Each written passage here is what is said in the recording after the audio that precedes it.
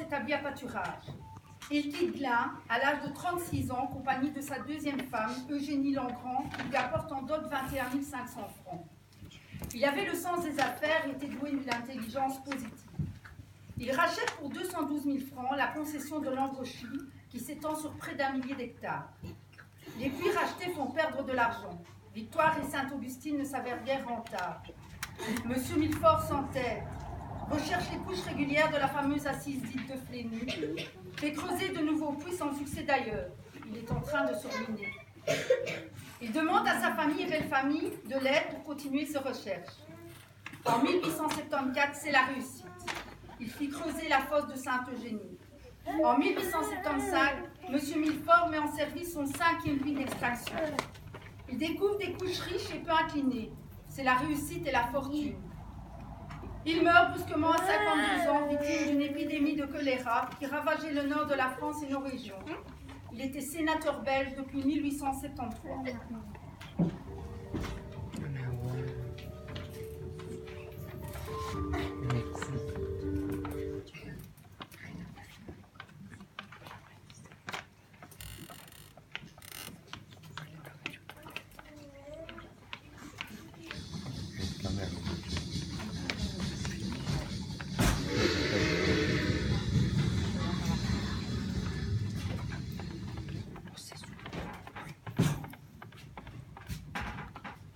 Qu'est-ce que vous attendez?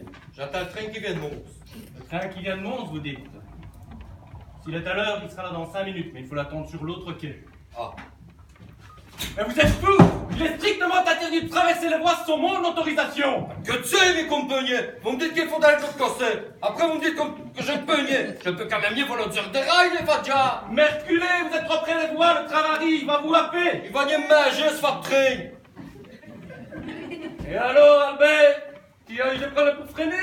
T'as été 20 cm plus loin que ce que je t'avais dit! Déjà quand t'as mis le beau capé du dimanche, je t'avais bien reconnu.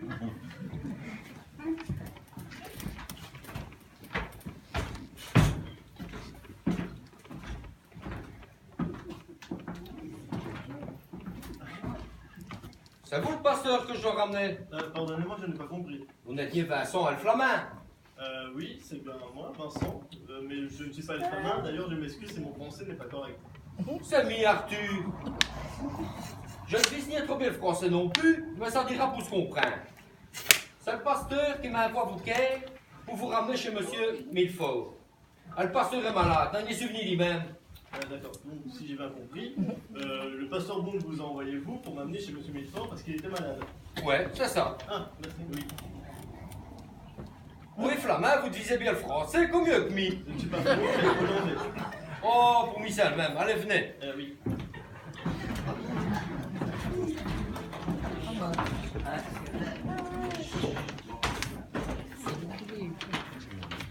C'est encore loin? À peu près kilomètre. Comment se fait-il qu'il n'y ait personne sur le chemin? Où sont les gens? Pourquoi ce silence? Ouh, à cette heure, il y a le mec, les gens sont allés ouvrir la fosse. À le coupe de 6 heures, les gagnants vont remonter, on va atteindre la sirène, et à le coupe de nuit, il faut des scats à eux tout. Donc, si j'ai bien compris, il y a le service de nuit, et quand les sirènes sont en haut, les gens vont au fond. Ouais, c'est ça. Ah. Non, quelle heure peut-il être, pardon? Il est chaud au cœur. Je ne m'imaginais pas qu'il puisse être si tard. On a venu soin. Sommes-nous encore loin de chez monsieur Millefort? À peu près une demi-heure à pied. Mais vous m'avez dit il y a une demi-heure qu'il était 5 heures. Ah, venez. On va rentrer dans cet endroit-là. Il fait bien court pour se reposer. Il sera content d'arriver avant chaud au cœur. Bon, rentrons quelques instants.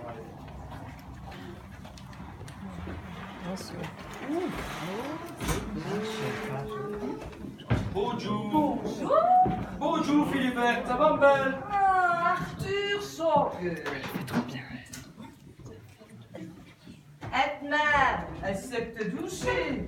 Mais t'es bien. Tu sais bien que je n'ai peu de mort. Un pasteur qui m'a chargé d'une mission importante. Je dois emmener M. Assis chez M. Millefort. Il vient comme qui dit robailler coup de magne. pour venir nous apporter une bonne parole du Seigneur. Mais, hey, tu te baisses tout de même mieux que le bon Dieu verrou jusqu'à Pâturage pour nous apporter une bonne parole. Ah, tiens, pile au milieu du mot parce que c'est un chien. Détrompez-vous, à la veille de Noël, il est parmi nous, croyez-moi. Excusez-moi, moi aussi. J'ai bien compris tout ce que vous dites. Mais si c'est le bon Dieu qui vous a volé jusqu'à chez, ça ne vous empêche ni de payer le pain. Qu'est-ce que je peux vous servir? Je prendrai de la bière si vous en avez. Bah, monsieur, vous êtes au pays de la bière, de la blonde, de la blanche, de la brune, vous avez l'embarras du choix. Vous avez une préférence, Arthur? Ah, pour moi, ce sera une pire, pour une amie et tout.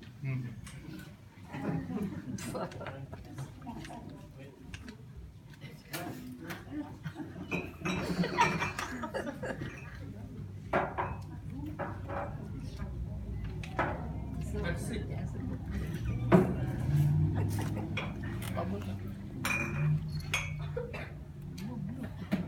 Excusez-moi, madame. La rue de l'église, c'est près d'ici? Bah, oui, monsieur, c'est sur quoi la rue? Ah, c'est donc ça, Arthur, vous m'avez bien lu. Je suppose qu'il est 5 heures à votre montre. Allons-y, je vous prie.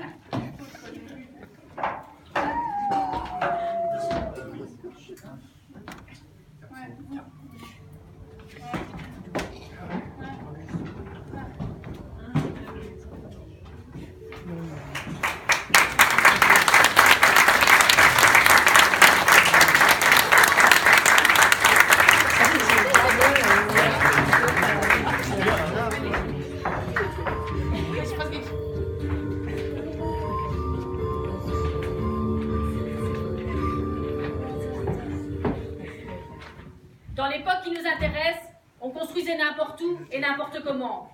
L'urbanisme n'existait pas dans les sites miniers. Les murs intérieurs étaient faits d'argile, de paille coupée. Les murs extérieurs, briques, cailloux ou pierres que l'on se procurait là où l'on pouvait. Pour le mortier, on mélangeait la cendre du foyer à la chaux que l'on allait chercher avec une hotte sur le dos ou dans une brouette dans les chauffours de village. En 1887, la bourgeoisie dominante et les patrons charbonniers déclaraient: il faut construire pour isoler les ouvriers et ainsi éviter le désordre, car leur mélange avec les autres classes sociales fait courir un grand risque à celles-ci et présente un danger pour l'ordre et la civilisation. En 1889, il faut lier l'ouvrier au sol, lutter contre, maintenir l'ordre. C'est aussi la femme du mineur qui gère le budget du ménage. Ce sont également elles qui entretiennent les grèves quand la situation devient trop difficile. C'est elle également qui lèvera seule ses enfants, se lève vers 4 heures du matin, va glaner du charbon sur le terri et prépare le café pour le départ à la mine. L'ouvrier mineur n'avait pas de bain-douche et il devait revenir du charbonnage en savon, noir de charbon avec ses vêtements sales. On se lavait dans une cuvelle au milieu de la cuisine, le père d'abord, le fils ensuite. Puis les femmes, après leur dur labeur, faisaient la lessive.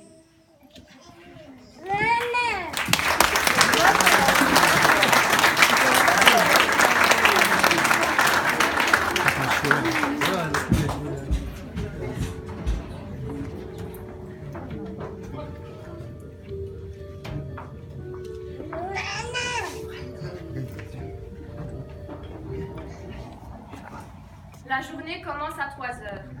Jeanne et Luigina ont déjà ramassé un sac de charbon.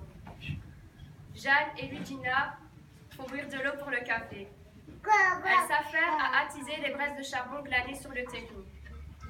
Jeanne et Luigina sont chons, ouvrières de fosse. La condition de la classe ouvrière du début du siècle au Borinage était lamentable. On vivait encore dans des logements en bois.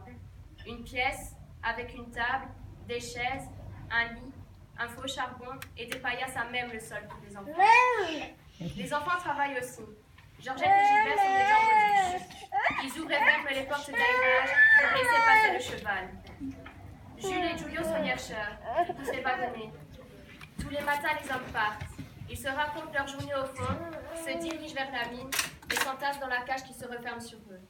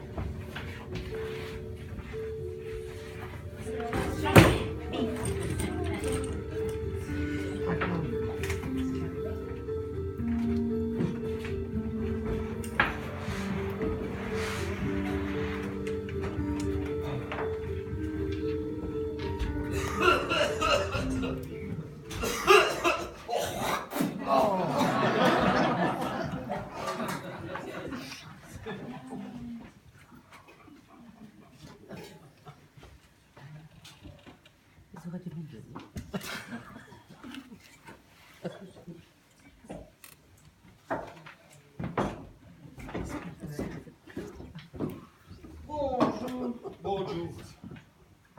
Ceux dans les quais de Gaillette. J'ai vu Luigina, une vilaine italienne. Elle doit déjà vu au sacre. Oh.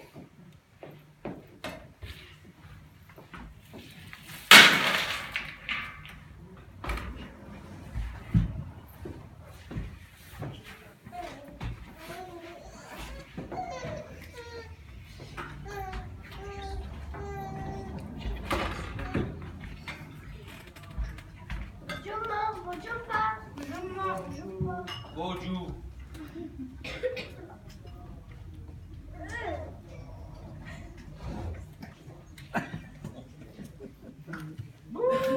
T'as une drôle de tête aujourd'hui. Je suis niéblée. Bah, tu l'as souvenu à niébler d'or. Allez, aujourd'hui, c'est un jour de lever. Venez le moment de perdre de journée. Hein, ben, courage. Oui, maman. Tu viens avec moi? Je dois aller à la toilette. Oh oui, c'est la merdeuse, pas pour ma tête à la petite niette. Allez, frère. Maman, il vient venir avec moi. Aidez peu. Tu n'as qu'à d'aller tout seul. Allez, ayez bu de vos cafés, il est l'heure, pousse.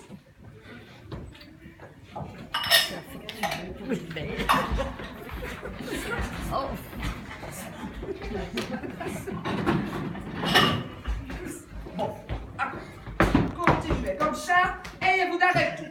Bon, il est l'heure d'aller ouvrir. Et fumez pas avec, hein, compris?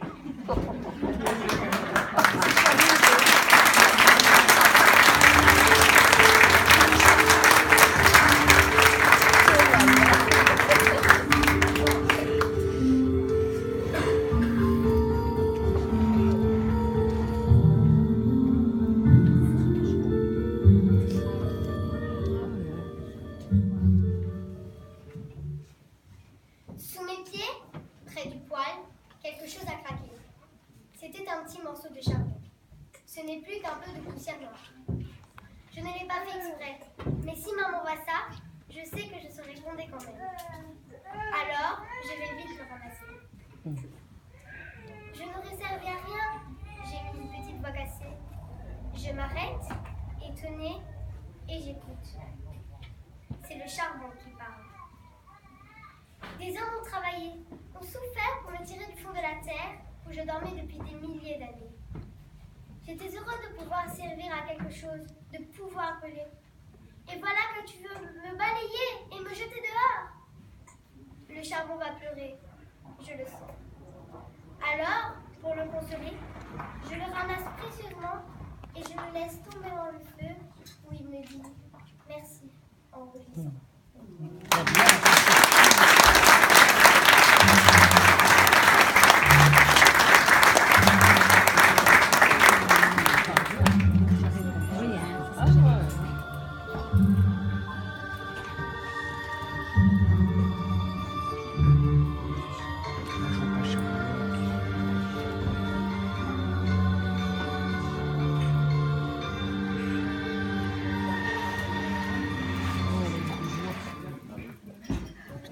Bien dormi, ma chère.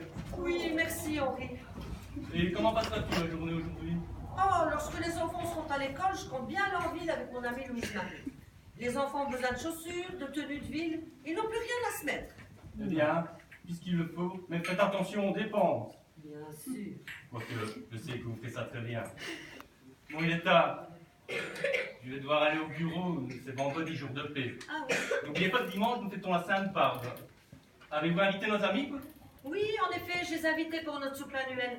Mais dois-je prévoir des présents pour leurs enfants? Pourquoi pas? C'est une excellente idée. N'oubliez pas de demander à Adèle de sortir la liqueur pour l'occasion. Oui. Ah oui, il est tard. Oui, il est temps que j'aille au bureau. Nous devons encore nous réunir pour choisir par l'endroit où nous devons faire la salle de douche. Et je dois vérifier les présences.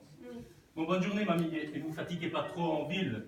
Quoique la marche est une bonne chose pour vous. Ah, c'est gentil ça. À tout à l'heure.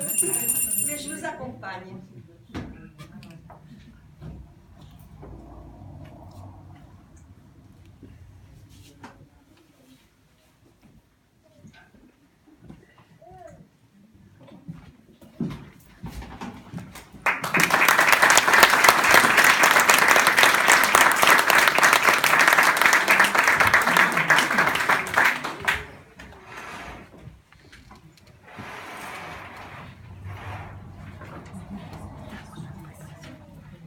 Tu n'es qu'une sotte.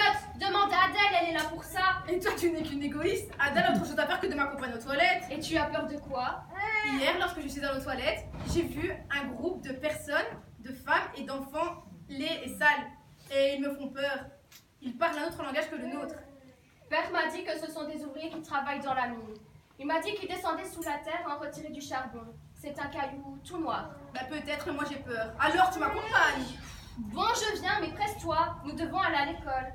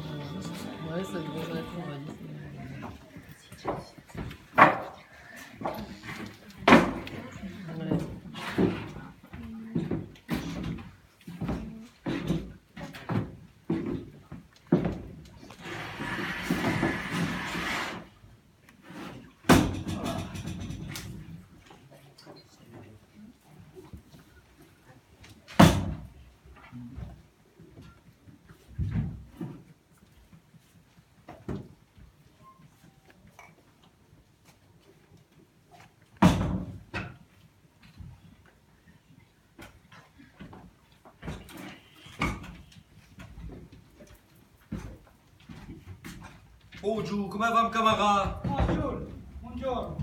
Ça va, merci. Qu'est-ce que tu racontes aujourd'hui? Ça va, on va pas se plaindre. C'est du travail. Et puis, c'est mieux que de ne pas manger.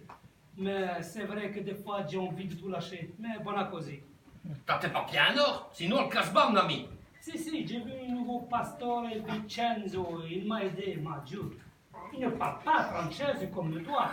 Moi, j'ai eu du mal à le comprendre. Tu le fais bien rire, Giulio. Un homme là, il vise à fraîcher. Heureusement qu'il t'a rien de viser à flamand. Combien de langues vous avez dans ce pays? Oh, brahman. Ben nous, Alphonse, on vise Boreigne. On est Boreigne ou on le nie. Alors, je dois apprendre à parler Boreigne. Ok. Hé, seulement entre nous. Quand tu vois l'ingénieur, faut les diviser comme lui. Un français. Il comprend le Boreigne. Alors, avec Jules, j'apprends Boreigne, et avec l'ingénieur, il parle français. Si, on va bien, pas de problème. Bon, ça y est tout. Aujourd'hui, c'est le jour de paye. Bonne pioche, mon ami. Et on va boire les coups estaminés. Chez Marie Canary.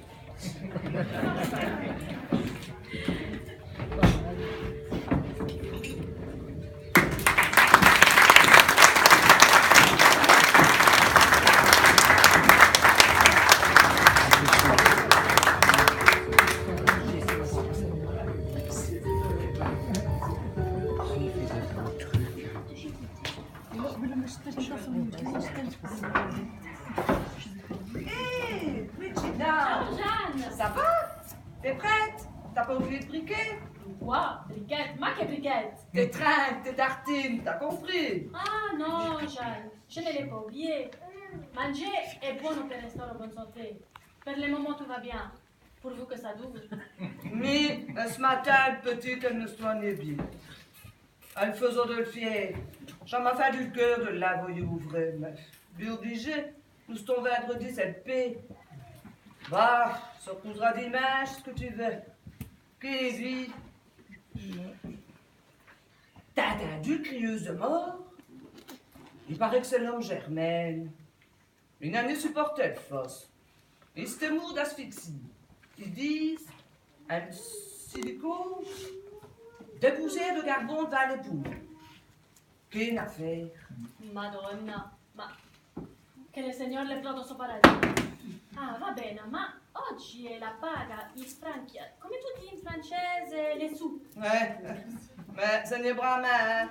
36 francs d'une semaine, ou 15 heures d'ouvrage à la journée. Ah, je vous bien que ça cache. Ah, je prie tous les jours pour que ça cache. Mais ce que tu veux, on verra bien. Bon, on va aller ouvrir, Gina. Oui, Gina, c'est trop long, hein. Ça ne te dérange ni? Ma no, lui Gina, c'est la même chose. Ma qu'est-ce que tu veux? La vita è una carogna. Ah ben, je dis qu'on dit ça aussi, elle vit une carogne. Elle monte des petits.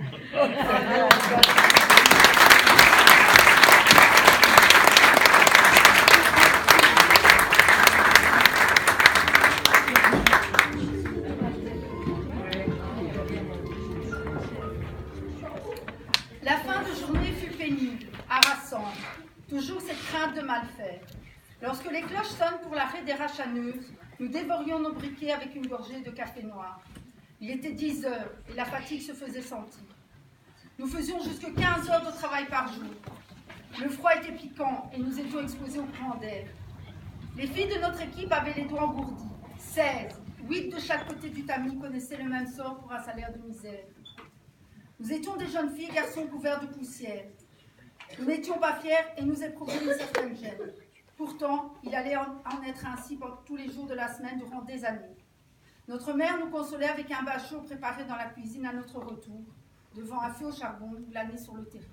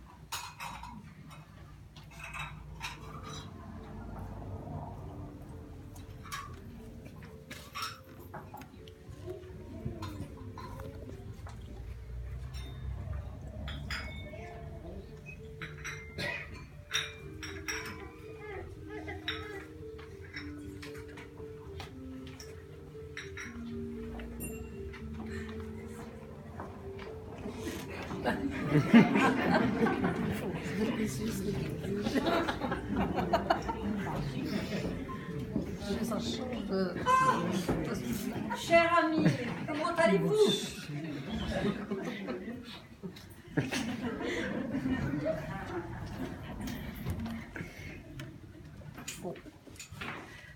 La comtesse de Séville. Adèle!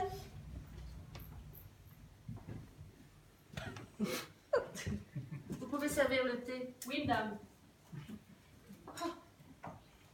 Elle est à mon service depuis 2 jours. Un peu lourdaude, mais efficace. À propos, votre fille, se porte-t-elle mieux? Oui, beaucoup mieux. Elle n'a plus de fièvre. En ce moment, elle est en train de jouer avec Hectorine et Victorine. Bon sang! Mais que fait Adèle? Mais qu'il est difficile de trouver du personnel compétent de nos jours. À propos, vous avez entendu parler de la nouvelle invention ménagère? Ah non, qu'est-ce que c'est? C'est une machine qui aspire les poussières de son nom aspirateur, je crois. J'ai participé à une démonstration. Oh, oui. C'est très efficace. Toutes ces poussières qui disparaissent dans le chambre, c'est magique. Mais quel hasard, ma chère! Je voulais justement vous parler d'une invention sensationnelle. Je rentre dans un magasin et je vois une espèce de tonneau en fait. À l'intérieur, des hélices qui allaient d'avant, en arrière. C'était rempli d'eau et de linge sale. En appuyant sur un bouton, les hélices se mettent à tourner. Et au bout d'une demi-heure à peine, le linge en sort, immaculé. Plus une tache. Mais moi, j'en ai acheté une.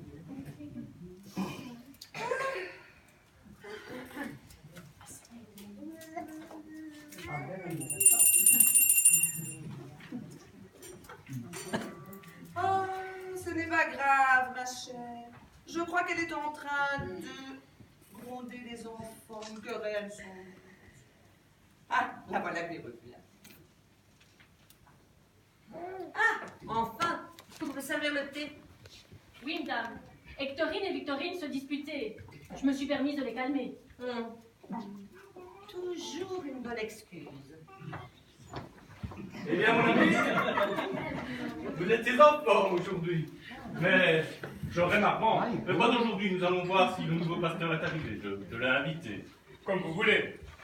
Avez-vous entendu parler de cette nouvelle invention? Quelle invention parlez-vous?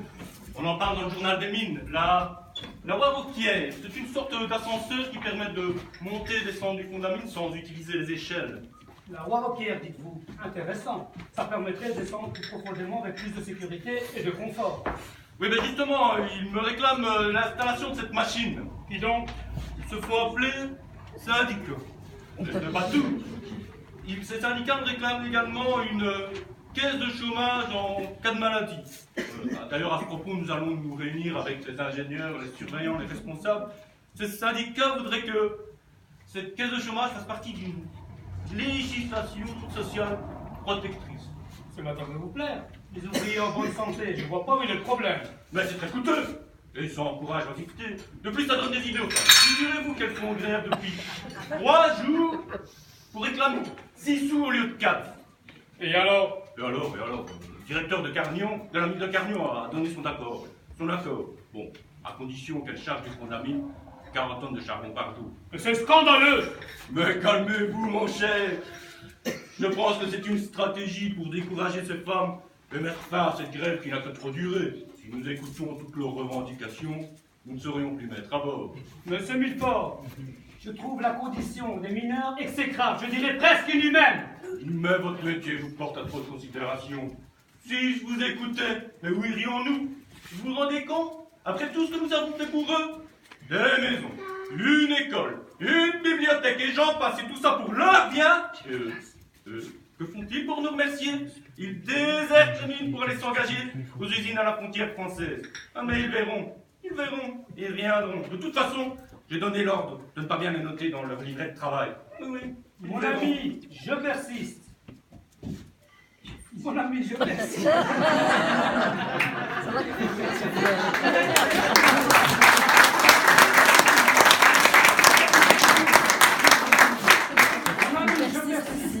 Je vous dis que la fréquence de l'accident me porte à croire qu'il serait urgent de diminuer la cadence pour plus de sécurité. Mais si je vous écoute, mais la faillite nous guette. Nous devons être concurrentiels pour avoir notre charbon, pour gagner convenablement notre vie. Bon allez, le thé est servi, buvons le temps qu'il est chaud. Monsieur Vincent est là. Faites-le entrer.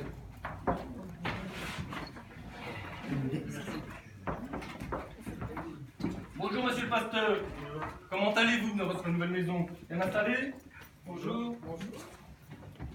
Nous vous attendions plus tôt. Oui, je me sens bien dans ma maison. Mais j'y suis très rarement, le fils et la fosse me prennent beaucoup de temps. Mais la prochaine fois, mon ami, passez donc à la maison prendre le thé. Excusez-moi, madame, mes journées sont complètes. Nous parlions de certaines revendications exigées par des femmes en grève et des hommes. Qu'en pensez-vous? Écoutez, nul ne sert de parler. Il faut agir, et maintenant. C'est ce que je disais à M. Milford. La discussion est close. Profitons de ce bon thé.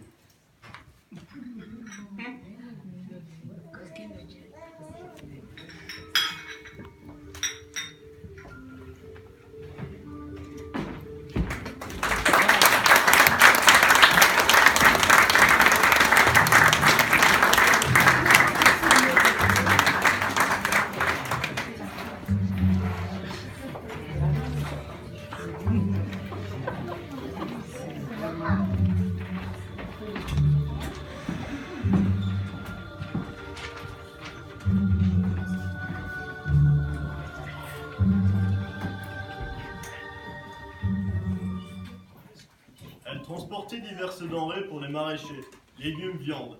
Elles quittaient leur village vers 2 heures le matin chargées de leur hotte contenant 50 kilos. Elles pouvaient parcourir plus de 20 km par jour. Elles se chargeaient aussi de messages à transmettre, colportaient les nouvelles et transportaient parfois la correspondance. Certaines botteresses transportaient du charbon pour les petits ménages. Ce sont les botteresses à la houille. Les carafesses étaient bonnes au fond des mines, comme à la surface. Bandeau sur la tête, foulard au cou, tablier en sabot ou en bottines, elles tiraient et poussaient pour des salaires de misère. charger des wagons avec des paniers remplis de coques. Au fond, il n'était pas rare qu'une main baladeuse caresse l'arrière-train d'une carafesse. Et même davantage. La promiscuité, la chaleur, le labeur, la poussière faisaient que le personnel féminin était peu vêtu. La tentation était donc grande et beaucoup y prenaient plaisir.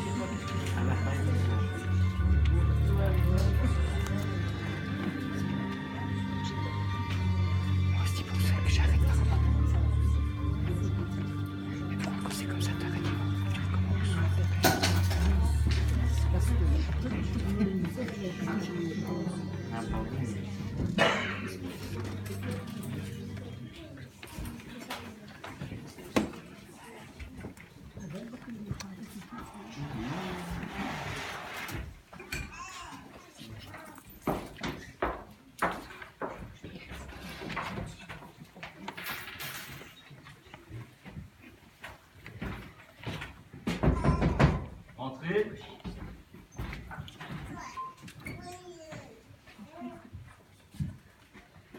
Monsieur le Carillon. Monsieur Carillon.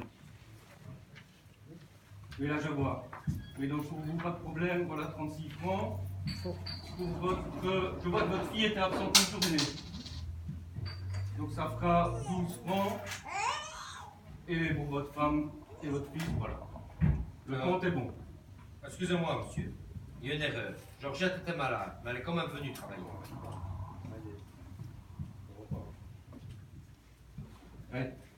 Ouais, je vois. Mais la prochaine fois, soyez un peu plus précis dans vos déclarations. Voilà vos 4 francs. Vous pouvez sortir.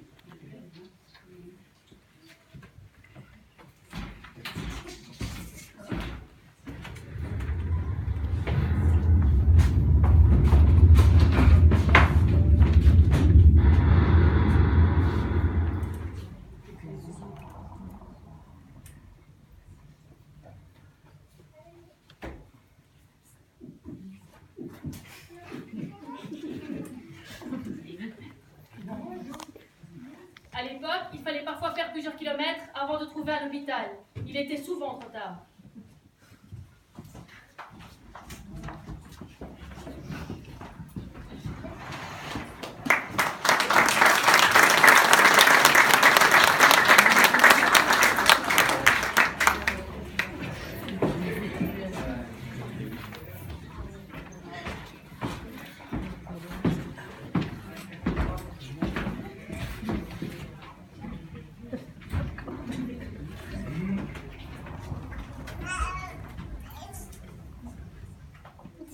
Pourquoi tu dessines? T'es doué, monsieur le pasteur. Ah, merci Joseph, c'est bien ça? C'est bien aimable, je dessine comme ça, pour m'amuser. J'observe ce qui m'entoure, et mon crayon dessine les belles et moins belles choses de la vie. J'adore dessiner, mais je n'ai pas beaucoup de temps. Alors, quelquefois les dimanches, je dessine, et ça me plaît. Je me sens bien. J'ai l'impression d'être ailleurs. J'aimerais bien dessiner tout le temps. Maman dit toujours, quand on veut, on peut. Et tout, c'est de vouloir passionnément. C'est vrai? Oui, elle a raison, tu sais, les choses, les événements changent tout le temps. Tu vois là-bas, le ciel est noir. Bah, auras-tu la chance d'avoir un ciel plus juste? Cette fumée noire se dissipera et fera place à la couleur d'un arc-en-ciel.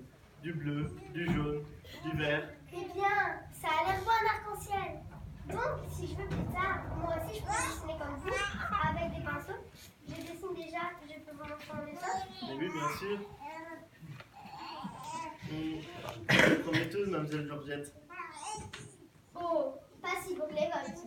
Mais ce coup-ci, après le triage, je dessinerai pour de vrai. Enfin, si je ne suis pas trop fatiguée. Au revoir, monsieur le pasteur. À dimanche. À dimanche. Au revoir, Georgette.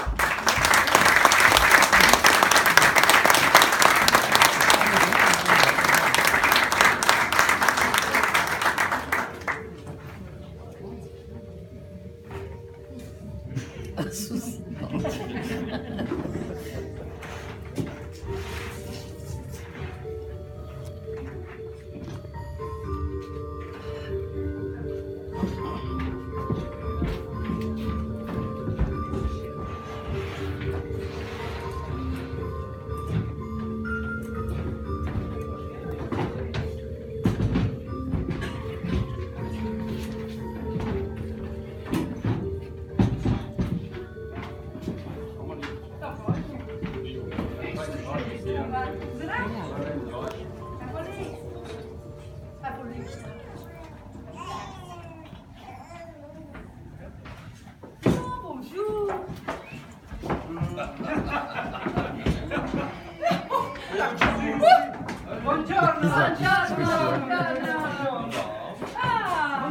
Et alors, elle est faite? Ciao, Jeanne. Ah, c'est du Flacon de fer. Ehi, Gina! Come stai? Bene, bene.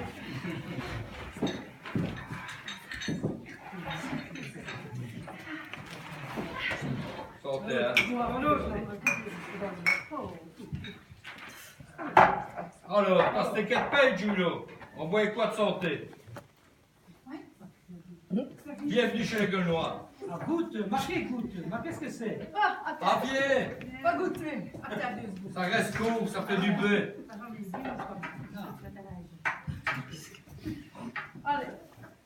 Ah, vous savez, hein? Ouais, vous, doucement, hein?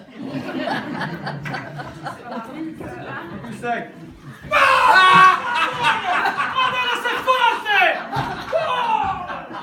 C'est d'un goût, quoi. C'est bien juicy. C'est bien de le bébé, là. C'est de la qualité. Ouais. Et vous, allez. Et les gars, écoutez. J'ai une bonne nouvelle. Écoutez, j'ai une bonne nouvelle. Ça bouge dans le coin. À Liège, il y a des syndicats, c'est-à-dire des personnes qui se mettent au service des travailleurs.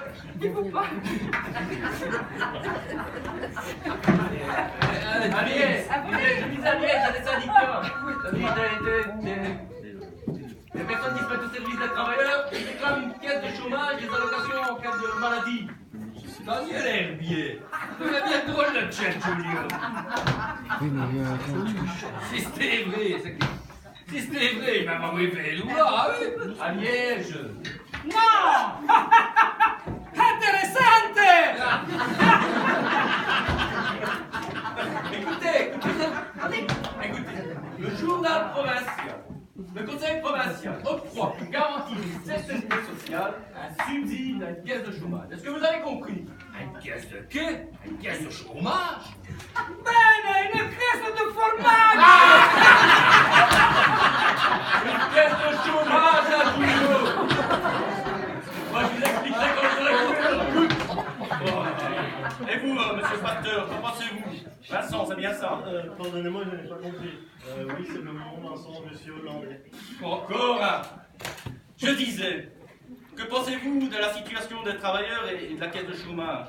Inadmissible, choqué par la noirceur et la mise et tant de travail pour un salaire de misère. Monsieur, regardez autour de vous. Noir, c'est noir vos dessins, mais vous avez le talent, monsieur Pasteur. Il ne fait que représenter l'âme de ces lieux. Bon, c'est bon. Allez, gaguette, roule les